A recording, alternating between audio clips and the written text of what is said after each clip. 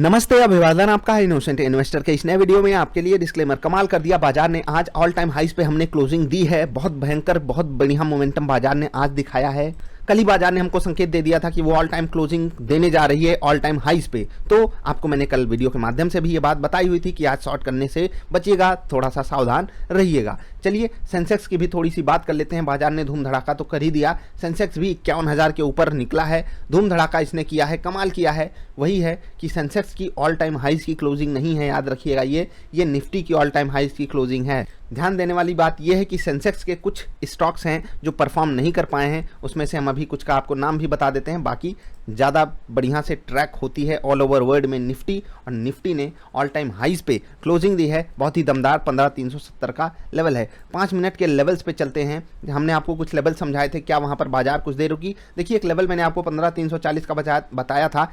ये एग्जैक्टली बाकी दिनों की तरह नहीं हुआ कि एग्जैक्टली 340 के आसपास कुछ बाजार कर रही हो, लेकिन 340 के एक रेंज में आप देख सकते हो। यहाँ से बाजार ना बहुत ऊपर गई ना बहुत नीचे गई, ठीक है। एक बार पार की तो उसके आसपास सपोर्ट लेने लगी, उसके बाद अगली बार तोड़ी और फिर निकल के ऊपर नीचे भाग गई। तो इस लेवल को हम एक बार के लिए कह सकते हैं बहुत थोड़ी सी इंपॉर्टेंस बाजार ने दी। बाकी आज हमारे द्वारा बताए हुए लेवल्स को बाजार ने बहुत बड़ा सम्मान दिया नहीं। अब सेंसेक्स की भी बात हमने कर ली। 51,000 के ऊपर की क्लोजिंग सेंसेक्स ने भी दी है, जो कि बहुत अच्छी बात है। अब बात कर लेते हैं निफ्टी ट्रेडर पैटर्न की।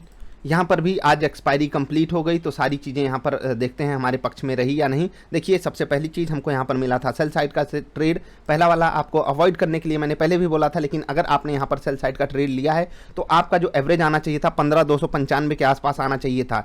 15,295 के ऊपर भी आपका एवरेज हो सकता था। याद रखिएगा, आपका बेस्ट पॉसिबल एवरेज 15,297, 15,298 भी हो सकता था। बाकी आपने अगर इसमें ट्रेड लिया है तो इसने आपको 20 पॉइंट का जो टारगेट होता है वो अचीव करके दिया है। ट्रेलिंग स्टॉप लॉस आपका यहां पर हिट हुआ होगा। ट्रेलिंग स्टॉप लॉस कैसे होता है कि अगर निफ्टी हमारे पक्ष में 15 से 20 पॉइंट चली जाती है तो हम जहां पर ट्रेड लिए होते हैं उसके 5-6 पॉइंट ऊपर अपना स्टॉप लॉस प्लेस कर देते हैं, जिससे कि हमें जो लॉस हो वहां पर हमें ब्रोकरेज भी अपनी जेब से ना देनी पड़े। मतलब लॉस मतलब हो ही ना हमको। हम पहले तो कॉस्ट पे आ गए, कॉस्ट से 5-6 पॉइंट ऊपर ही चले गए, जिससे कि अगर बाजार वापस रिवर्स भी कर जाए, जो कि इस केस में की उसने हमारे ट्रेलिंग स्टॉप लॉस को हिट किया, तो हम कॉस्ट पे एग्जिट कर गए। तो 3 मिनट का ट्रेड हमारे लिए बिल्कुल कॉस्ट टू कॉस्ट रहा। और कॉस्ट टू कॉस्ट का मतलब ये है कि हमें अपनी जेब से ब्रोकरेज भी नहीं देनी पड़ी है। याद रखिएगा इस चीज़ को। उसके बाद बात करेंगे 10 मिनट की कैंडल पे, और 10 मिनट की कैंडल पे जो हुआ वो बहुत कमाल का हुआ। कमाल का कैसे? क्योंकि यहाँ पर हमको मिल जाता है बाई साइड का ट्रेड, और बाई साइड का ट्रेड मिलने के बाद ऑल टारगेट्स हिट होते हैं। यहाँ पर कमाल धमाका होता है। यहाँ पर ऑल टाइम हाइस पे निफ्टी गई तो कुछ ना कुछ इसको कमाल करना था। ना ही हमको 3 मिनट की कैंडल पे लॉस दिया इसने, और ना ही 10 मिनट की कैंडल पे हमको परेशान किया। 10 मिनट की कैंडल पे ऑल टारगेट सेट हुए हैं। यही हाल बैंक निफ्टी में भी था। बढ़िया मोमेंटम आया। कुछ स्टॉक्स की बात कर लेते हैं। सबसे पहले तो बीपीसीएल की बात करनी जरूरी है, क्योंकि डिविडेंड अनाउंसमेंट के बाद काफ़ी बड़ा मोमेंटम यहाँ पर नेगेटिव साइड का आ गया है। तो क्या है, यहाँ पर आपको परेशान हो जाने की ज़रूरत है? जी नहीं, बिल्कुल भी नहीं, क्योंकि 460 का वो लेवल है जो इसके लिए बहुत बड़ा सपोर्ट भी बन के आएगा आने वाले समय में। अगर आपको ये स्टॉक खरीदना है तो आज कल परसों, जब तक डेट नहीं आ जाती तब तक आप इसको आराम से खरीद सकते हो। आपको डिविडेंड मिलेगा, जितना बेस्ट पॉसिबल रेट आप ले सको वो आप लेते रहिए। 12.5% तो आपको डिविडेंड देगा। उसके अलावा कंपनी प्राइवेट होने जा रही है, बहुत बड़े लेवल पे यहाँ पर मोमेंटम आ सकता है, तो परेशान होने की ज़रूरत नहीं है। लेकिन ट्रेडर्स जो होते हैं उनको तकलीफ हो जाती है, वो किसी के कहने पर जब ट्रेड लोगे तो आपके साथ ऐसा ही होता है। आज बाजार को तोड़ने में इसका भी एक योगदान था। बाकी HDFC जो स्टॉक है ये भी बाजार को तोड़ने की कोशिश कर रहा था, और मैं तोड़ने की बात इसलिए कर रहा हूं क्योंकि जब आप निफ्टी का आकर चार्ट देखोगे तो ये जो अचानक से सेलिंग आई है, चाहे शुरुआत में बीपीसीएल का कारण था, यहाँ पर HDFC का कारण है, तो ये अचानक से ओवरऑल हर जगह पे गिरावट आ गई थी और फिर अचानक से मोमेंटम आ गया हर जगह।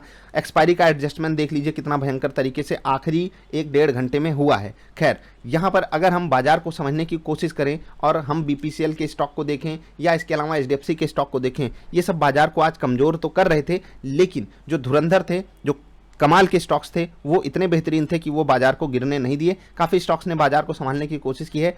एक स्टॉक की मैं बात यहाँ पर करना चाहूँगा, SBI कार्ड। लगातार 2 दिन की बड़ी गिरावट के बाद आज यहाँ पर पॉजिटिव साइड का बड़ा मोमेंटम आया, जो कि बहुत धमाकेदार हो रहा था। आखिरी 1 घंटे में अगर आप 5 मिनट की कैंडल लगाकर देखोगे तो आखिरी 1 घंटे में जो हुआ यहाँ पर वो बहुत बेहतरीन तरीके से कमाल कर गया। बढ़िया मोमेंटम आया। अगर आप इन 5 कैंडल्स को हटा दो और वॉल्यूम एनालिसिस वाली वीडियो अगर आपने देखी हो ठीक है, इन 5 कैंडल्स को हटा दो और आपने वॉल्यूम एनालिसिस वाली वीडियो देखी हो तो आपको यहाँ पर सिग्नल मिल गया था या नहीं बाई साइड का, जाकर देखिएगा हमारी वॉल्यूम एनालिसिस वाली वीडियो, आपको चीज़ें समझ में आएंगी। ये हमारे लिए इंट्राडे का भी स्टॉक था, यहाँ पर हमको सेल सिग्नल मिला था और मैंने आपको टेलीग्राम पे अपडेट भी कर दिया था कि यहाँ से आप एग्जिट कर जाओ, ठीक है। इसके अलावा हम बर्गर किंग की बात करेंगे। रिजल्ट के बाद यहाँ पर भी एक प्रॉफिट बुकिंग ही हमको देखने को मिली, नॉर्मल सी नीचे के लेवल पे कैंडल बनी है तो प्रॉफिट बुकिंग ही समझिए। ब्लैक रोज पे हमने एक वीडियो बनाई है, वो जाकर जरूर देखिएगा कि रिजल्ट आने के महज 5-10 मिनट के अंदर स्टॉक में 10% का बड़ा क्रैश आ गया। क्यों आ गया, 1 मिनट की वीडियो है, जरूर देख लीजिएगा।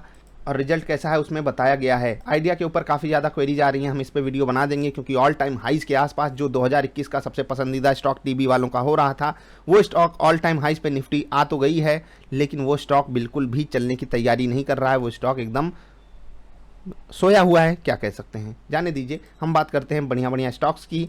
आज बाजार को बढ़िया मजबूती दे रहे थे कौन से stock, IT stocks, tech Mahindra हो गए या अन्य स्टॉक्स हो गए, बढ़िया मोमेंटम उनकी तरफ से आ रहा था। बाकी कोटक महिंद्रा बैंक, बजाज ऑटो भी बाजार को काफ़ी ज़्यादा सपोर्ट कर रहा था।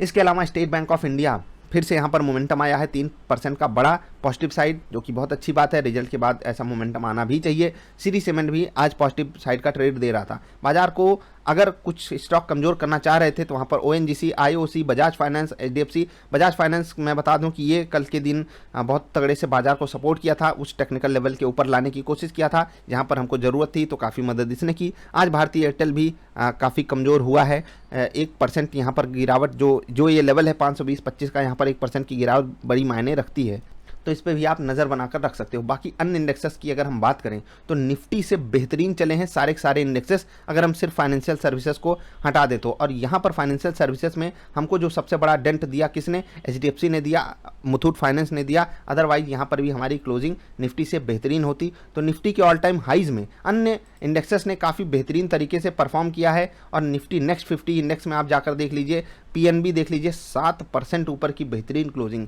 पीईएल देख लीजिए 6.5% की क्लोजिंग। एसबीआई कार्ड एक समय ये 6-7% ऊपर ट्रेड कर रहा था, क्लोजिंग 3.5% ऊपर हुई है। एलटीआई देख लीजिए, एल&टी इन्फोटेक 4000 के लेवल पे क्लोजिंग दिया है, 3.5% ऊपर। अदानी ट्रांसमिशन 3.5% ऊपर है। गिरावट में बर्जर पेंट था जो बड़ी गिरावट दिखा रहा था, डीएलएफ 2.5% के आसपास, डीमार्ट 2.5% गिरा था, Muthoot finance 2%, ICICI general insurance भी 2.25% की गिरावट दिखा रहे थे। मिड कैप इंडेक्स में भाई साहब धूम मची थी। माइंट्री बहुत पसंद है स्टॉक, आपको भी पसंद होगा, कितना बेहतरीन मोमेंटम इसने दिखाया, 4.5% का। बैंक ऑफ बड़ौदा भी 4% ऊपर, कैनरा बैंक 4%, 3.5% ऊपर। SAIL steel authority of India limited, वापस ये स्टॉक 3% मजबूती दिखाने की कोशिश किया है। क्या यहाँ पर रिवर्सल के संकेत हैं, ध्यान बनाकर रखिएगा, नज़र बनाकर रखिएगा। जील ये स्टॉक रिवर्स कर गया, शुरुआत में सेल सिग्नल हमको दिया था और इसी कारण मैं आपको बोला यहाँ से एग्जिट कर जाइए, चुपचाप प्रॉफिट बुक कर लीजिए। हमको इसने टारगेट 1 पे एग्जिट दे करके गजब का मोमेंटम पॉजिटिव साइड दिखाया है। उसके अलावा Cummins India, Manappuram finance, BEL ये स्टॉक्स थे जो 4% से लेकर 2.5% की बड़ी गिरावट दिखा रहे थे। चोलामंडलम फाइनेंस भी 2% गिरा हुआ था, जीएमआर इंफ्रा भी 2.25% के आसपास की गिरावट दिखा रहा था। बैंकिंग यहाँ पर कमाल हो रहा था, किसके कारण, सबसे ज़्यादा कमाल यहाँ पर कर रहा था कोटक महिंद्रा बैंक, उसके अलावा एक्सिस बैंक, ये 2 स्टॉक्स काफ़ी मजबूत कर रहे थे निफ्टी बैंक को। इसके अलावा पीएनबी तो मजबूत कर ही रहा था।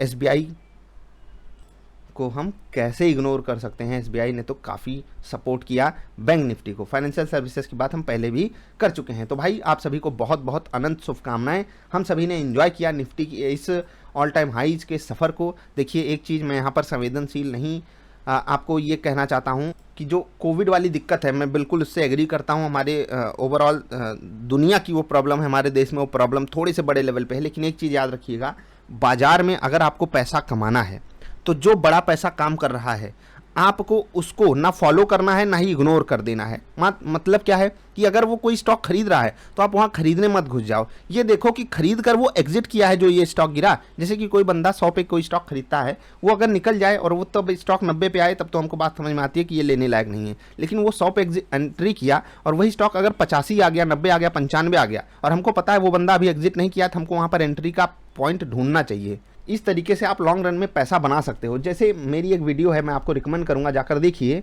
जब सब आपको बोल रहे थे कि कुछ लेना मत, कुछ खरीदना मत, तब मैंने वो वीडियो डालकर बोली थी कि गोल्डन क्रॉसओवर हुआ है और ये कमाल करता है लॉन्ग रन में, हमेशा ये कमाल करता हुआ आया है। आपको यहाँ पर बड़ा मोमेंटम पॉजिटिव साइड का देखने को मिल सकता है। काफ़ी महीने पहले की वीडियो है वो, शायद 6 महीने हो चुके हैं, जाकर देखिएगा, आपको कुछ वहाँ से सीखने को ज़रूर मिलेगा। उसके अलावा मैंने आपको समय समय पर, चाहे अगस्त हो, चाहे अक्टूबर हो, चाहे नवंबर हो, चाहे जनवरी हो, चाहे फरवरी हो, चाहे मार्च हो, हर महीने मैंने इन 4-5 महीनों में एक एक पोर्टफोलियो देने की कोशिश की है जो परफॉर्म बहुत ही कमाल के किए हैं। आपके पास होगा तो आपको पता होगा, मैं अक्सर चैनल पे उनकी बातें भी करता रहता हूं। तो ये सफ़र हमारे लिए बहुत बेहतरीन रहा।